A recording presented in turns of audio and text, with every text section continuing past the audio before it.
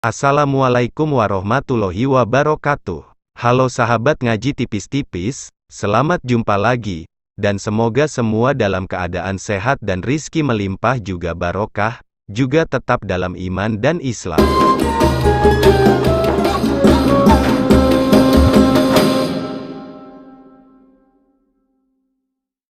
Di pertemuan kali ini admin ingin bertanya dan membahas tentang syarat syahnya menjadi seorang Islam atau muslim-muslimat yang sebenarnya, karena ada dua pendapat di dalam orang menafsirkan Al-Quran dan Al-Hadis tentang sahnya menjadi orang Islam.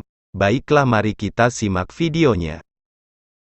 Miftahul Islam adalah pintu untuk kita masuk Islam, pintu itu adalah syahadat, dan dengan syahadat kita sudah sah sebagai orang Islam. Namun ada satu golongan di negeri iki yang mengamandemen syarat jadi orang Islam. Amandemen itu ialah, bahwa seseorang baru sah menjadi orang Islam jikalau bersahadat di depan bapak imamnya, kemudian bertoat kepada sang imam, karena sang imamlah yang merawat kita, dari sebelum kita lahir sampai sesudah kita mati. Golongan itu adalah bernama LDII, atau Islam Jamaah, juga disebut Jokam. Bahwa miftahul Islam, pembuka seorang masuk Islam itu adalah apa? Dua kalimat syahadat. Siapa yang sudah menyatakan dua kalimat syahadat, mengikrarkan muslim dia. Jangan seperti golongan-golongan yang lain yang menyesatkan umat, memperbudak umat, syahadatnya masih ada syaratnya. Di antara yang saya dengar, bahkan yang saya alami di masa dulu, saya pribadi, saya mengakui saja, barangkali ada yang dengar rekaman saya mungkin 30 tahun yang lalu, barangkali ya, saya masih ada di sebuah golongan yang mensyaratkan syahadat.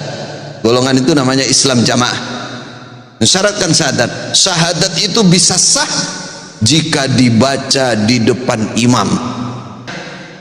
Jadi syahadat, baiat baru sah, syahadatnya baru sah Islamnya. Ini iftira' ala Allah, al-kadhib ala Rasul. Ini adalah berdusta atas nama Allah dan berdusta atas nama Rasulullah. Tidak ada seperti itu ya. Rasulullah hanya mensyaratkan siapa yang sudah membaca syahadat, walaupun dia belum mengerjakan rukun Islam yang lain, syarat yang lain, baru masuk 1 menit, 1 detik, 2 detik selesai, dia sudah muslim, dia sudah berhak untuk dihormati, diharamkan darahnya, hartanya, dan kehormatannya. Subhanallah, ternyata Rasulullah cuma mensyaratkan syahadat untuk jadi muslim. Lalu kenapa Bapak Imam Islam Jamaah mensyaratkan harus bersahadat di depan Bapak Imam kalau ingin sah Islamnya? Kenapa juga harus berbaiat dan bertaat kepada imam mereka? Sepertinya Bapak Imam maju mewakili Allah dan Rasulullah lewat ijtihad-ijtihadnya. Sahabat, berikut ini pernyataan dari Ustadz Abdul Somad. Mari kita simak. Kalau dari non muslim masuk Islam, adapun yang bapaknya sudah Islam, maka anak-anaknya tidak perlu bersyahadat karena anak-anaknya sudah Islam. Nah, sekarang di tengah masyarakat ada kelompok aliran tahapan namanya, bolak balik jamaah nanya ke saya, Ustadz Somad, katanya saya harus ulang syahadat lagi. Saya bilang, ente ngapain syahadat lagi? Bapak ente kan Islam, ya. Emak ente kan Islam, ya. Ente sudah Islam. Tapi kata kawan saya itu Islam saya tak sah, Pak Ustaz. Jadi kau mau bersyahadat lagi? Iya. Syahadat di mana? Syahadatnya harus sama guru dia. Karena kalau tak sama guru dia, tidak dipersaksikan oleh gurunya, tak sah Islamnya. Jadi gimana tuh Ustaz Somad? Bawa guru dia tuh kemari biar ku syahadatkan sekali lagi. Lalu mengapa saudaraku Islam Jamaah mensyaratkan begitu? Mengapa baru syah Islamnya kalau harus bersahadat di depan Bapak Imam, baik itu imam desa, imam daerah maupun imam pusat? Sahabat ngaji tipis-tipis, berikut mari kita simak kata-kata Ustadz Khalil Bustami. Soalnya saya menyatakan seperti ini karena ada pemimpin yang saya katakan tadi di Islam Jamaah ini sampai mengatakan ya bahwa harta jamaahnya adalah harta imam. Coba, penyimpangan luar biasa ini saudara.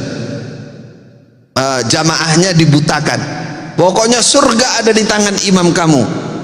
Ibaratnya begitu. Maka kamu walaupun diambil hartanya, dipukul punggungnya, kamu harus taat.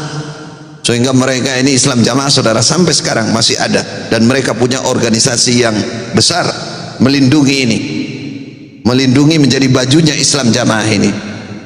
Karena kalau ingin lebih detail tahu, tanya saya nanti khusus. Tapi saudara, mereka diwajibkan 10% setiap bulan, itu 10% dari penghasilan. Coba zakat wajib saja berapa coba? 2,5% setiap tahun. Itu pun kalau sampai nisab. Masya Allah, ini nggak pakai istilahnya nisab yang ada di zakat, enggak. Mereka punya nisab sendiri 10%. Minimal itu kalau yang paling bawah itu 2,5%. Nah, sedikit itu nyinggung saja, barangkali Anda punya teman atau punya tetangga yang masih ada di Islam Jamaah, tolong ingatkan. Kalau saya sudah bertahun-tahun mengingatkan, 7 tahun, akhirnya karena saya mengingatkan terus saya dikeluarkan. Nah, diusir, bahkan bahasanya dimurtadkan. Dianggap murtad, dihukumi murtad. Innalillah wa inna ilaihi rajiun. Wa hisabuhum 'ala Allah. Urusan hati dia iman atau tidak itu urusan Allah, bukan urusan kamu. Tapi dia sudah muslim. Pernah terjadi Usamah bin Zaid, ya. Usamah bin Zaid itu siapa? Hibbu Rasulillah, cucu kesayangan Rasulullah, walaupun itu cucu angkat, anaknya Zaid bin Harithah. Zaid bin Harithah dari istrinya yang bernama siapa? Ummu Aiman Barakah. Ummu Aiman itu adalah pengasuh Rasulullah, bekas budak dari ibu Rasulullah yang mengasuh Rasulullah sejak kecil. Hibbu Rasulillah. Usamah bin Zaid pernah terjadi dia berperang, lalu dia mendapati seorang pasukan perang kafir yang gagah berani dan kuat dan sudah membunuh si fulan. Tidak ada yang bisa menghadapi dia.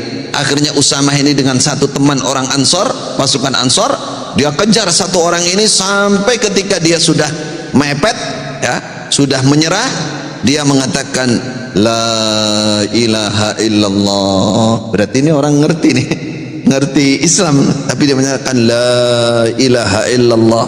Kata Usamah, pura-pura kamu ya, biar nggak dibunuh ya, katanya. Yang orang Ansor berhenti karena dia ngerti pesan Nabi, kalau sudah la ilaha illallah tidak boleh dibunuh, paling tidak harusnya kan ditangkap, ditawan gitu aja kan. Dia la ilaha illallah. Kata Usamah yang masih muda, pura-pura ini gaya nih gimana kak, dipatah ini sudu awas usuk mati. Setelah pulang ke Madinah, dia lapor kepada Rasulullah, dia melaporkan hal itu kepada Rasulullah. Apa kata Rasulullah sallallahu alaihi wasallam? Aqtaltahu ba'da an qala la ilaha illallah. Kamu bunuh dia setelah dia menyatakan la ilaha illallah. Kata Usamah, iya Nabi. Kenapa kamu bunuh? Kalau bahasa kita, Nabi itu pura-pura, itu bukan dia dari dalam hati. Apa kata Rasulullah? Afala syaqaqta qalbahu. Apa enggak kamu belah sekalian dadanya sampai kamu lihat aqalaha amla, apakah la ilaha illallah itu dari dalam hati dia atau tidak? Itu kan hal yang tidak mungkin. Tapi maksudnya Rasulullah, kamu tidak ngerti isi hati dia. Bagaimana kalau dia betul menyatakan la ilaha illallah dengan keimanan yang benar pada saat itu? Bagaimana kamu? Fa kaifa bika bila ilaha illallah idza ja'at yaumil qiyamah. Apa pembelaan kamu besok hari kiamat kalau datang la ilaha illallah membela orang itu? Membela orang itu artinya kesalahan besar. Kata Usamah, sejak itu aku susah, seakan aku sudah hilang semua amalku. Sejak itu aku merasa baru masuk Islam, baru mulai Islam, saat itu sudah hancur semua karena Rasulullah terus mengulang-ulang. Ini jelas pertanda bahwa seorang yang menyatakan la ilaha illallah mu'allaf, baru sebelum dia mengetahui syariat selanjutnya, maka dia sudah berhak dinamakan seorang, dilabeli seorang muslim yang harus dihormati. Jadi kesimpulannya, seseorang yang telah mengucap kalimat syahadat sudah sah menjadi Islam, haram darahnya, dan wajib dihormati, jiwanya dan hartanya. Ma'asyiral muslimin, demikian video kita kali ini. Mohon maaf, semoga menambah keimanan dan keislaman kita.